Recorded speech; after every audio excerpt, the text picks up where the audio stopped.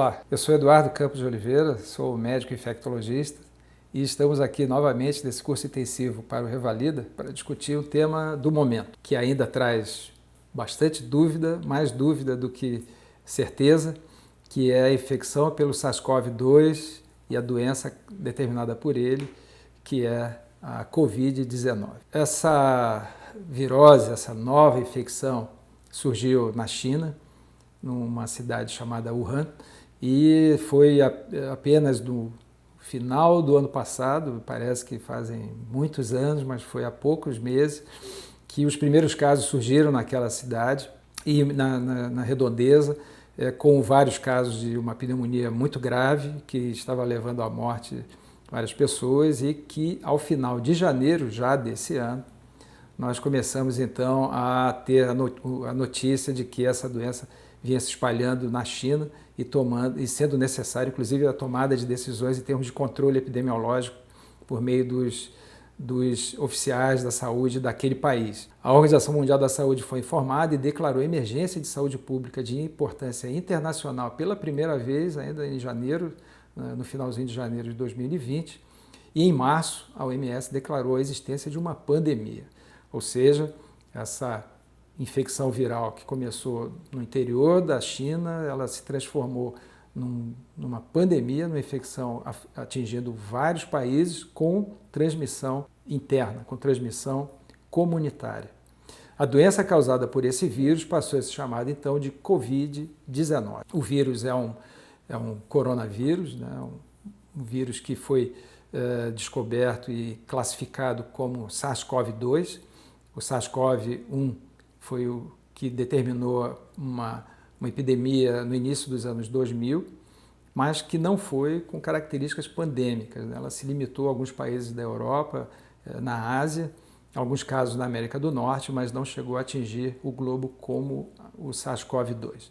Então, a definição da Covid-19 é uma infecção respiratória aguda potencialmente grave causada pelo novo coronavírus, e que leva a uma síndrome respiratória aguda grave. De acordo com a OMS, a maioria das pessoas, cerca de 80%, desenvolverão a infecção de forma oligossintomática ou completamente assintomáticos. 20% desses casos detectados vão requerer atendimento hospitalar de alguma maneira, de algum grau de especificidade, mas 5% dessas pessoas podem necessitar de suporte ventilatório. Então é uma infecção que nós estamos percebendo hoje para além, né, de uma situação de uma infecção respiratória, que é um dos quadros clínicos mais evidentes, levando a tosse, dispneia, mas também alteração de olfato e paladar, a coriza, dor de garganta ou irritação na garganta, a febre, que pode não ser muito elevada, mas ela é muito frequente, e uma baixa na saturação de oxigênio, que é gradual. Para além desses quadros respiratórios, que a gente vê como os mais comuns, nós também temos a percepção de outras situações e que vão ser percebidas com a evolução clínica desses pacientes, que tem muito a ver com fenômenos tromboembólicos também. Então, para pacientes graves, a gasometria arterial vai ser necessária, o hemograma, que vai poder nos permitir identificar leucocitose, mas muitas vezes os leucócitos estão normais, mas a linfopenia é uma característica interessante de mau prognóstico. O perfil metabólico completo é importante, transaminases é muito importante, a glicemia, o coagulograma, marcadores inflamatórios como o PCR, o VHS, a procalcitonina podem ser e devem ser realizados. A procalcitonina é um exame que nem todos os laboratórios têm disponibilidade, mas o PCR e o VHS já são muito bons marcadores inflamatórios que nós podemos utilizar durante a internação desses pacientes. Biomarcadores cardíacos, dosagem de CPK também pode ser muito importante, interessante, e dosagem de creatinina sérica. Uma das características mais interessantes desses pacientes, então, é o desenvolvimento de um quadro respiratório com uma pneumonia que muitas vezes se evolui de forma muito severa, muito grave e rápida. Então, os pacientes que têm um quadro sugestivo respiratório, eles devem ser submetidos a um exame de imagem que seja, pelo menos, iniciar com um raio-x, onde você pode perceber infiltrados bilaterais em até 75% dos casos e em um quarto das vezes esses infiltrados são apenas unilaterais. Mas podem haver presença de consolidações. Isso pode significar a presença de uma infecção bacteriana associada ou apenas ser causada pela própria infecção viral. Uma tomografia de tórax traz imagens mais detalhadas com a característica da opacidade em vidro fosco. Então, a presença de vidro fosco, especialmente em posição periférica nos pulmões, é bastante indicativo da Covid-19. Áreas de condensação também são comuns. Espessamento septal, interlobular ou padrão em mosaico também são muito vistos nas tomografias dos pacientes que evoluem para a internação, com padrão de distribuição posterior bilateral, periférica, ou subpleural, dessas opacidades com predomínio nos lóbulos inferiores. O Ministério da Saúde, então, define caso suspeito como aqueles pacientes com doença respiratória aguda, ou seja, ele tem febre, pelo menos um sinal ou sintoma de doença respiratória, como tosse ou dispneia. Pode ser coriza, pode ser também dor de garganta. O Ministério da Saúde coloca como definidor de caso suspeito todo paciente com doença respiratória aguda, ou seja, febre mais um quadro respiratório como tosse, dispneia, ou dor de garganta, ou coriza, e pacientes com qualquer doença respiratória aguda que tiveram contato com algum caso confirmado ou suspeito ou provável de Covid nos últimos dias, especialmente nas últimas 2 semanas do início dos seus sintomas.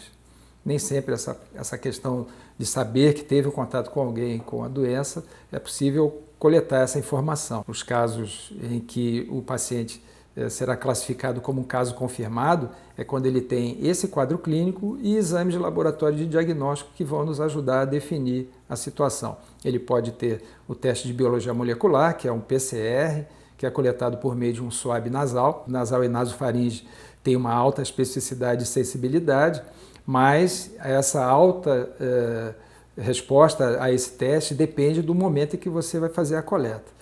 O ideal é que essa coleta não ultrapasse 7 dias do primeiro dia do início dos sintomas, senão ele começa a perder sensibilidade e especificidade. O resultado pode ser um falso negativo. Já os testes sorológicos, que é o outro braço utilizado para o diagnóstico, eles têm uma melhor performance quando realizados após 8, 9 dias do início dos sinais e sintomas. Os testes sorológicos podem ser feitos com coleta de sangue total ou de sangue venoso total, por punção venosa, ou com a punção digital, um teste rápido que em 15, 20 minutos traz o resultado. Então, se eu tenho uma pessoa com uma história clínica e epidemiológica, com um teste de biologia molecular positivo ou detectado, PCR, detectado para o SARS-CoV-2, eu confirmo esse caso como um diagnóstico confirmado, como definição de caso confirmado. Assim como eu também posso confirmar esse caso com um teste sorológico, que é o teste rápido ou o teste com coleta de sangue total por flebotomia. Os pacientes também eles podem ter como um caso definido por critério epidemiológico, né? Ele teve um indivíduo que teve um contato direto com uma pessoa com a doença confirmada. Esse também é um critério que vai ser levado em consideração quando notificar. E eu lembro que é uma doença de notificação compulsória, obrigatória, né, e imediata. Em menos de 24 horas esse caso tem que ser notificado, inclusive pelos laboratórios. A classificação da Covid-19 entre leve e moderada, segundo a OMS, seriam aqueles pacientes sintomáticos ou assintomáticos da Covid-19 que têm nenhuma evidência para hipóxia ou pneumonia.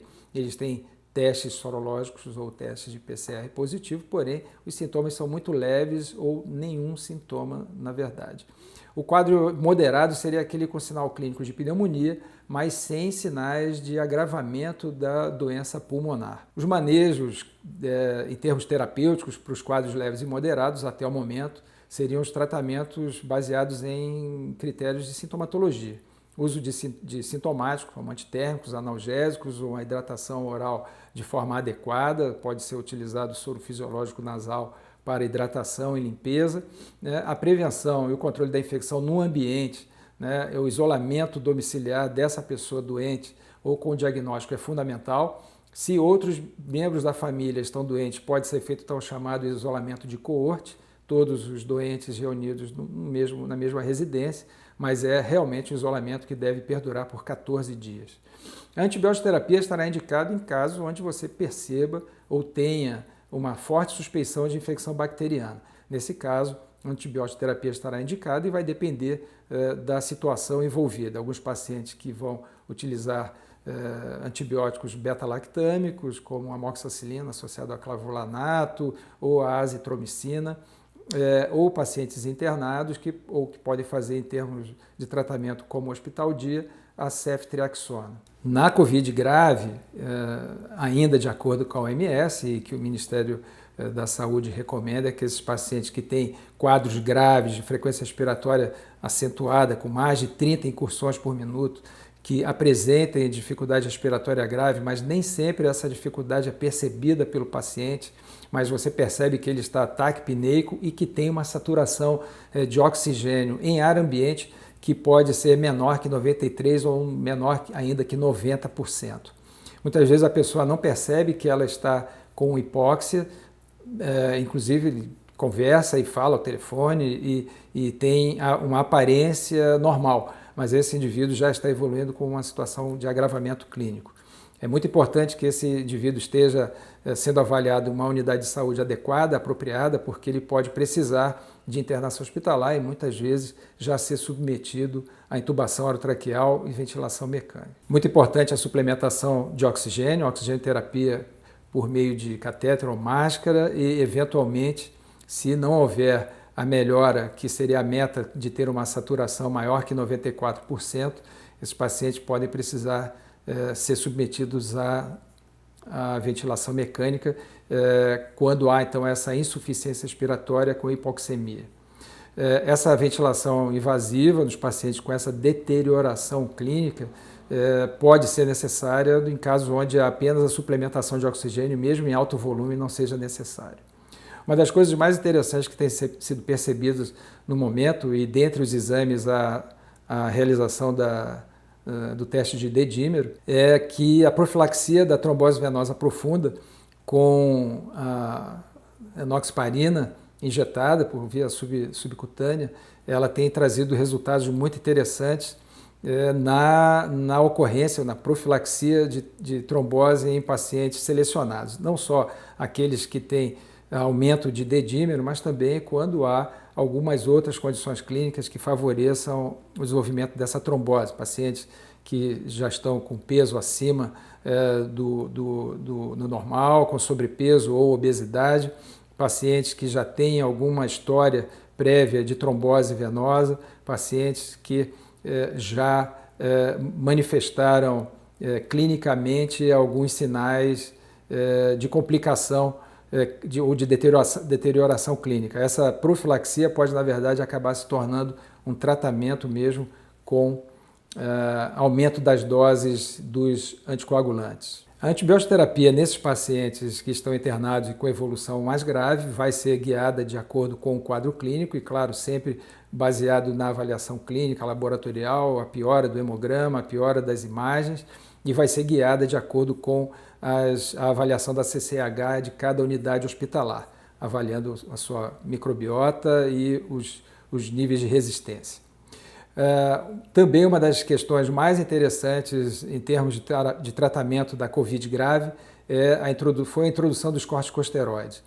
Isso vem trazendo resultados muito interessantes, ainda que não esteja definido como um tratamento protocolar em boa parte dos protocolos internacionais, mas os estudos vêm mostrando ótima resposta em muitos casos com a introdução dos corticoides, que pode ser a dexametasona, pode ser a metilprednisolona, ambas em doses venosas e adequadas a cada caso, podendo ser doses mais baixas ou mais altas, de acordo com peso ou com gravidade da situação, mas a introdução dessa medicação tem sido bem interessante. Em termos de tratamentos específicos, nós ainda não temos uma base de evidência suficiente para indicar este ou aquele medicamento. Nós temos o Remdesivir como uma medicação que os Estados Unidos eles aprovaram como um medicamento para utilização no tratamento da Covid grave especialmente, é um medicamento injetável, mas as outras medicações, como ivermectina, como nitazoxanida e como a cloroquina, até o momento não se conseguiu identificar, em termos de base de evidência científica suficientemente forte, como medidas terapêuticas que possam ser usadas de forma universal, seja em tratamento precoce, seja em tratamento para doença mais grave. Então, até o momento, nós aguardamos pelos resultados dos estudos que vêm sendo atualizados e as novidades vão sendo publicadas quase que imediatamente. E estamos, obviamente, esperando pela vacina.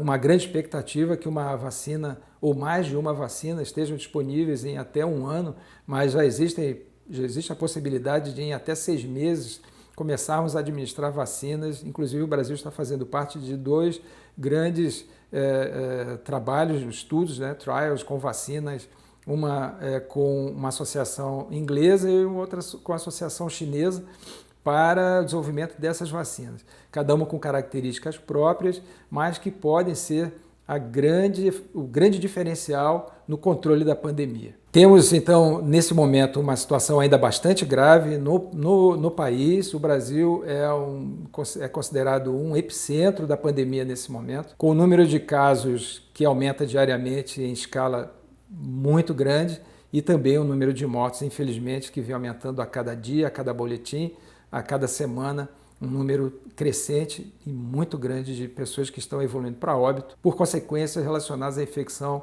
pelo SARS-CoV-2, a Covid-19. Vamos estar atentos às novidades, vamos acompanhar todas as publicações que vão saindo e, inclusive, pelas novas mídias, como as lives e o YouTube, etc., Instagram, vários profissionais capacitados vêm trazendo informações relevantes. Mas eu sugiro muita atenção aos sites e às lives que vocês venham a assistir para que não incorram em erro, adotando, às vezes, medidas que não têm base de evidência como medidas salvadoras para infectados pelo SARS-CoV-2 com a doença Covid-19. Passamos, então, um pano geral sobre a questão dessa pandemia. Um forte abraço e sucesso!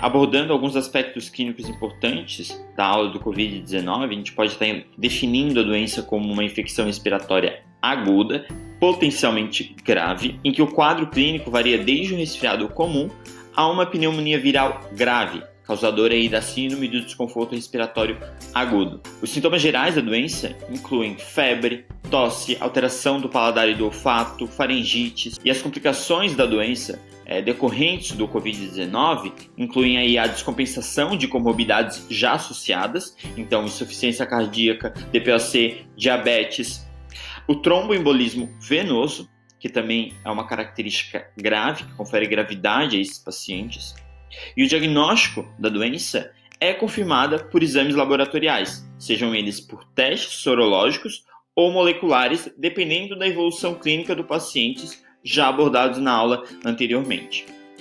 A classificação de risco desses pacientes é fundamental e pode ser classificada em leve, moderada e grave. Pacientes com Covid leve não apresentam sinais de hipóxia ou pneumonia e podem ser tratados em casa, sendo observados para conter a transmissão do vírus. Pacientes com Covid moderada já possuem sinais de pneumonia, porém não apresentam aí sinais de pneumonia grave, ou seja, de descompensação respiratória. Esses pacientes merecem uma observação redobrada para também conter a transmissão do novo vírus.